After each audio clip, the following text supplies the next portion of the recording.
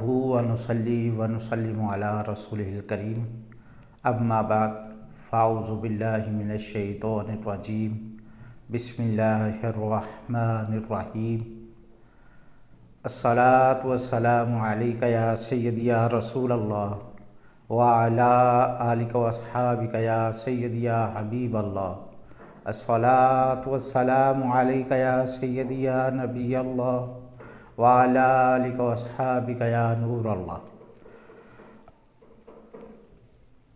الدین النصیحہ میں سے آج چند قرآنی علوم کی ایک جھلک کے موضوع پر گفتگو کرتے ہیں۔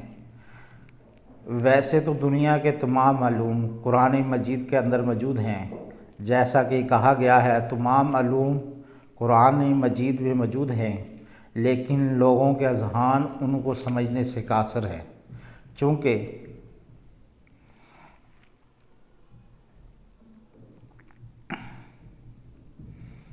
اللہ تبارک و تعالیٰ نے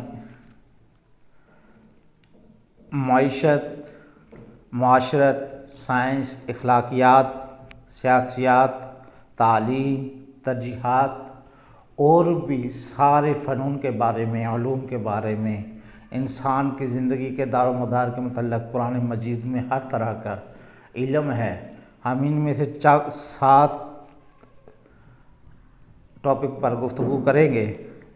نمبر 1، معیشت، غنیمت کا مال اللہ تعالیٰ اور اس کے رسول صلی اللہ علیہ وآلہ وسلم کے لیے، رشتہ داروں کے لیے، یتیموں کے لیے، مسکینوں کے لیے، تاکہ دولت محض امیر لوگوں کے میں گردش نہ کرتی رہے۔ اس آیت میں معاشیات کا علم بیان کیا گیا ہے۔ اس طرح کی 20 آیات قرآن پاک میں ہیں، بلکہ ایک اندازے کے مطابق قرآن پاک کا تیسرا حصہ انفاق فی سبیل اللہ کے بارے میں ہے، جو کہ معاشیات میں ریڑھ کی ہڈی کی حیثیت رکھتا ہے۔ وجہ اس کی یہ ہے کہ قرآن مجید کا موضوع انسان ہے اور معاشی مسئلہ کا حل انسان کی اولین ضرورت ہے، اور اگر قرآن اس مسئلہ کو بھی حل نہ کرے تو نعوذ باللہ اس کا مطلب یہ ہوا کہ قرآن نے اپنے موضوع کو بھی ادھورا چھوڑ دیا۔ اس لیے حکم دیا گیا کہ جو بھی غنیمت کا مال ہے وہ اللہ اور اس کے رسول صلی اللہ علیہ وآلہ وسلم کے لیے، یا رشتہ داروں کے لیے، یا یتیموں مسکینوں کے لیے، محض دولت امیر لوگوں کے درمیان گردش نہ کرتی نہ رہے، یعنی کہ جو اللہ کی عز و جل کی راہ کا مال ہے وہ جو غریب رشتہ دار ہیں ان کے لیے ہے، یا جو یتیم ہیں ان کو دو، یا مسکین ہیں ان کو دو، کیونکہ یہ دولت جو تم امیر لوگوں کو دو گے تو وہ امیر لوگوں کے درمیان گردش کرتی رہے گی، اور مسکین، غریب، یتیم یہ بھوکے افلاس کے ساتھ تڑپتے رہیں گے۔ اس لیے اللہ پاک نے قرآن مجید میں ارشاد فرمایا کہ تم اپنے مال غنیمت میں سے، اپنے مال میں سے غریبوں کو بھی دو، یتیموں کو بھی دو، مسکینوں کو بھی دو، جو آپ کے رشتہ داروں میں سے ہے ان کو بھی دو۔ اللہ اور اس کے رسول صلی اللہ علیہ وسلم کا جو حکم ہے وہ غریبوں کے لیے بھی ہے، غریبوں کو دو، اللہ اور اس کے رسول کے نام کی چیز۔ یا مدارس کے اندر جو غریب طلبہ پڑھتے ہیں، طالبات پڑھتی ہیں، ان کو دو، تاکہ وہ تعلیم حاصل کر کے زمانے میں اچھے انسان بن سکیں۔ نمبر 2، معاشرت ہے۔ اے لوگو، ہم نے تمہیں مرد اور عورت سے پیدا کیا، اور ہم نے تمہیں قومیں اور قبیلے بنایا تاکہ تم ایک دوسرے کو پہچان سکو۔ بے شک اللہ کے نزدیک تم میں زیادہ عزت والا وہ ہے جو زیادہ پرہیزگار ہے۔ سورہ الحجرات آیت نمبر 31 میں ہے۔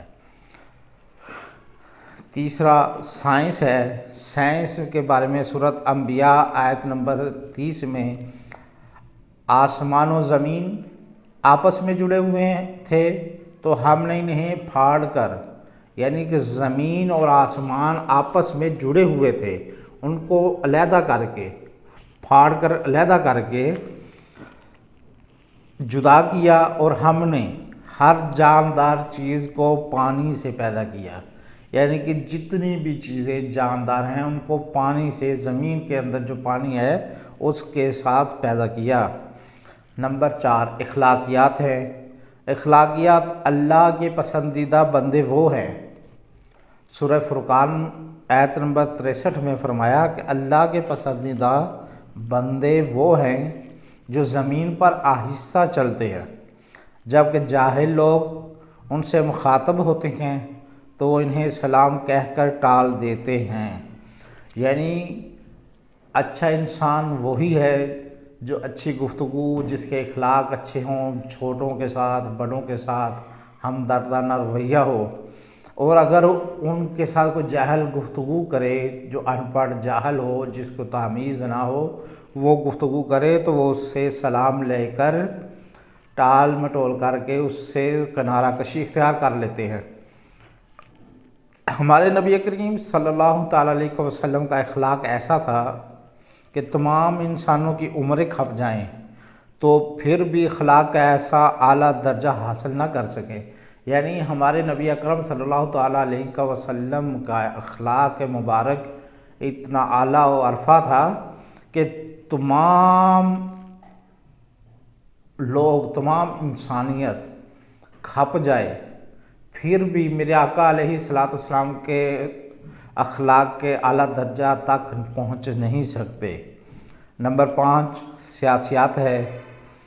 اللہ تمہیں حکم دیتا ہے، سورہ نساء میں اللہ تعالیٰ تمہیں حکم دیتا ہے کہ امانتیں ان کے اہلوں کے حوالے کر دو، اور جب لوگوں کے درمیان فیصلہ کرو تو عدل کے ساتھ فیصلہ کرو۔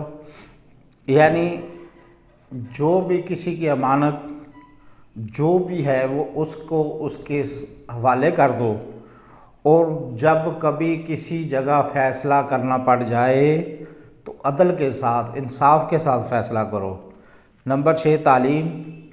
سورہ نحل آیت نمبر 43 میں تعلیم کے متعلق فرمایا گیا، اگر تمہیں خود کو معلوم نہ ہو تو علم والوں سے پوچھ لیا کرو۔ یعنی اگر کسی شے کا علم تمہیں نہیں ہے، اپنے آپ سے اندازہ نہ لگایا کریں، بلکہ کسی ایسے اہل علم سے جو اس کا علم جانتا ہو اس سے پوچھ لیا کریں۔ نمبر 7 ترجیحات۔ اس سورہ حشر آیت نمبر 9 میں اس نبی کے مہاجر اور انصار ساتھی اپنی ضروریات پر دوسروں کی ضروریات کو ترجیح دیتے ہیں، خواہ انہیں خود شدید حاجت ہو۔ یعنی کہ انسان کو، بہترین انسان وہ ہے کہ جس کو ضرورت ہو مگر اسی چیز کی کسی اور دوسرے ساتھی کو، انسان کو ضرورت ہو مگر اس کی وہاں تک پہنچ نہ ہو، رسائی نہ ہو، وہ اس کی اپنی ضرورت کو چھوڑ کر اس کی ضرورت پوری کر دے، اس کو کہتے ہیں ترجیحات۔ اللہ تبارک و تعالی ہمیں ان سب چیزوں پر عمل کرنے کی توفیق عطا فرمائے، ایک دوسرے کے ساتھ باہمی تعلق، اتفاق، اتحاد کے ساتھ رہنے کی توفیق عطا فرمائے۔ وما علینا الا البلاغ۔